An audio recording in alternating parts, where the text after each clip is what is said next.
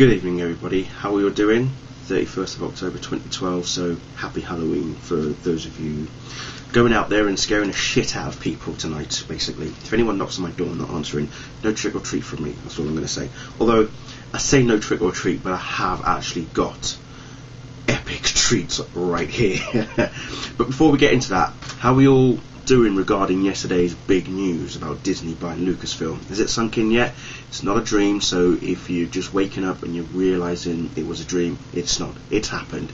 And there's a video flying about from George Lucas himself, who actually explains why he's sold the franchise to Disney. So have a watch of that if you can. I'll see if I can get a watch of it myself at some point this week. So yeah, that's that was quite a big surprise yesterday. So interesting. I'm sort of starting to warm to the idea of Disney continuing on with the franchise, but we'll see. We'll see what happens in 2015. We'll see what progresses and what direction they're going to take the franchise in. Anyway, so I have got some serious epic goodies here, people. It's like Christmas has come early for me. Alright, I'll tell you what it is, right? Whenever it comes to comic books, every Wednesday is like Christmas, for those of us who like to get our comics every Wednesday. So when I looked on the DC Comics website earlier this week, I already had an idea of a couple of things that I was going to get, a couple of big things anyway, and but then I had a look on the DC Comics website and noticed that there was more epic stuff coming out. So I thought, oh yes, this is going to be awesome. So without further ado, let's dive in, shall we? Alright, so first up is issue 9, the print version of Batman Beyond Unlimited, which includes Justice League Beyond and also Superman Beyond. I have been enjoying this series so far. Really, really awesome. Can't wait to see what this issue brings. Looking forward to it. We have, I love Gail Simone, Batgirl Annual #1. Can't wait to get stuck into this. I'm already seeing tweets from people who are congratulating Gail on such an awesome issue. So I'm looking forward to this. The Bats, the Cat and the Owl. Oh, that sounds lethal. Batgirl, Catwoman and what appears to be someone from the Talon as well. So, oh yes, I'm looking forward to that one. That's going to be tasty. Another big one for me, Superman Action Comics Annual #1. Again, really looking forward to that. Can't wait to see how that pans out. Kryptonite Man versus Superman. Lovely. Right, and then continue on with Jeff Johns' epic run and Ivan Reis as well. Aquaman #13. There it is, people. Have a look at that. See that? Awesome. Love it. And then, of course, Justin Gray, Jimmy Palmiotti, Kat Staggs, Tom Derenick. It's none other than Phantom Lady herself, #3, and Dollman. Can't wait. Can't wait. I absolutely love Phantom Lady. Ever since they brought her back into existence, it's the dialogue in particular between Dollman and Phantom Lady that is just absolutely immense. Absolutely love it.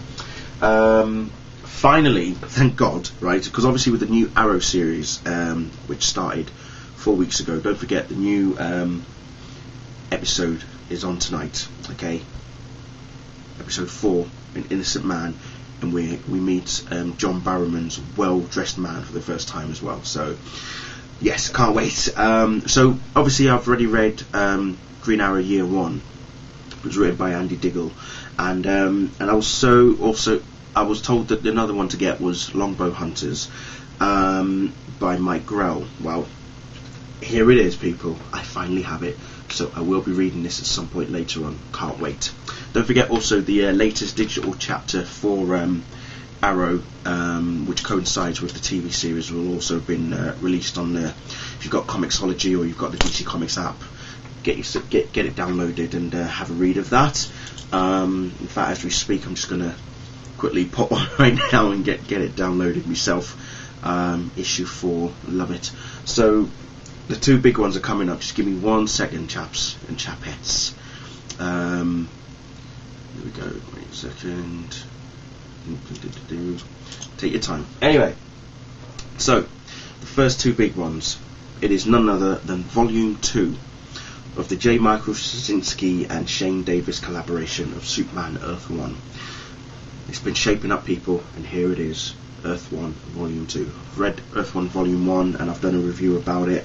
I actually love the cover for this, by the way. It's nice and got quite a bit of a 3D feel to it. Same with the first volume, but this one's a bit more robust kind of thing. So yeah, looking forward to reading that. Can't wait. So there we go. I have already obviously done a review of Superman Earth 1 Volume 1, so search for my videos, you'll find it there. Okay, and last but by no means least, oh god, ever since this was announced, honestly, I have been waiting and waiting and waiting for this to arrive, because I loved the series, the event, when this was released back in 2009, 2010, I believe, and when they announced last year that it was going to be brought out in, you know, Absolute Edition, I was like, yes, finally, I can't wait. And it's not just the actual 7 miniseries issues that they brought out. There's a couple of other issues mixed in there as well. So basically, ladies and gentlemen, without further ado, here it is, the humongous Absolute Final Crisis. As you can see, Darkseid. This is where evil finally wins. And this was like the final crisis, the last sort of crisis event before the relaunch. As you can see there, it says it there, Absolute Final Crisis. I am just oh, hello. So it's now going to be sitting up in the shelf up there with the other existing 8 Absolute Editions, which are Identity Crisis, Green Lantern Rebirth, DC New Frontier, or Justice League New Frontier even, Absolute Watchmen, Absolute Justice, Absolute Kingdom Come, and Absolute Batman The Long Halloween. Oh, and Absolute All-Star Superman. There we go. Wow, so yeah, the collector in me had to get this. You know I had to get it, so there you go. There it is. I also just want to do a quick mention to someone. Now, it's not all the time that I get a lot of praises, and I do get people send me, you know, comments or messages on YouTube saying, you know, I really love your videos and it's awesome the stuff that you do and what you talk about and everything, and I really appreciate that. But it's not every often that you get someone actually writing out a review of yourself, a review of a reviewer. And this never happened before. Well, probably else for someone else, but never for me, you know, kind of thing. So I was quite surprised and at the same time fully appreciated when one of my followers on Twitter, a chap by the name of Andy, I'm going to try and pronounce your surname here, Andy Bebacht, sorry, Andy Bebacht, that's it. He's I think he's Swedish, and he's moved to London about a couple of months ago. He's learning, I think, like in the filming industry sort of thing, filming and media. So he's studying in University of London.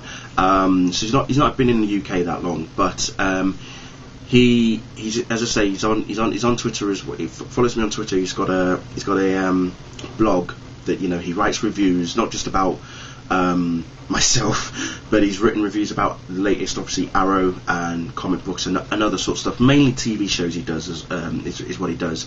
But he's written a review about me, which I was quite humbled by it, to be honest. And I'll give you his details down below, so you can follow him on Twitter and check out his blogs as well, and have a look at him, and then tell him thanks, basically. So Andy, apologise if I didn't mention your surname correctly, but it's a bit of a struggle, sorry, but again, thanks a lot, dude. Really, that was really appreciated with you, so thank you. You didn't have to do it, but I appreciate the gesture, so thanks. So that's it from me.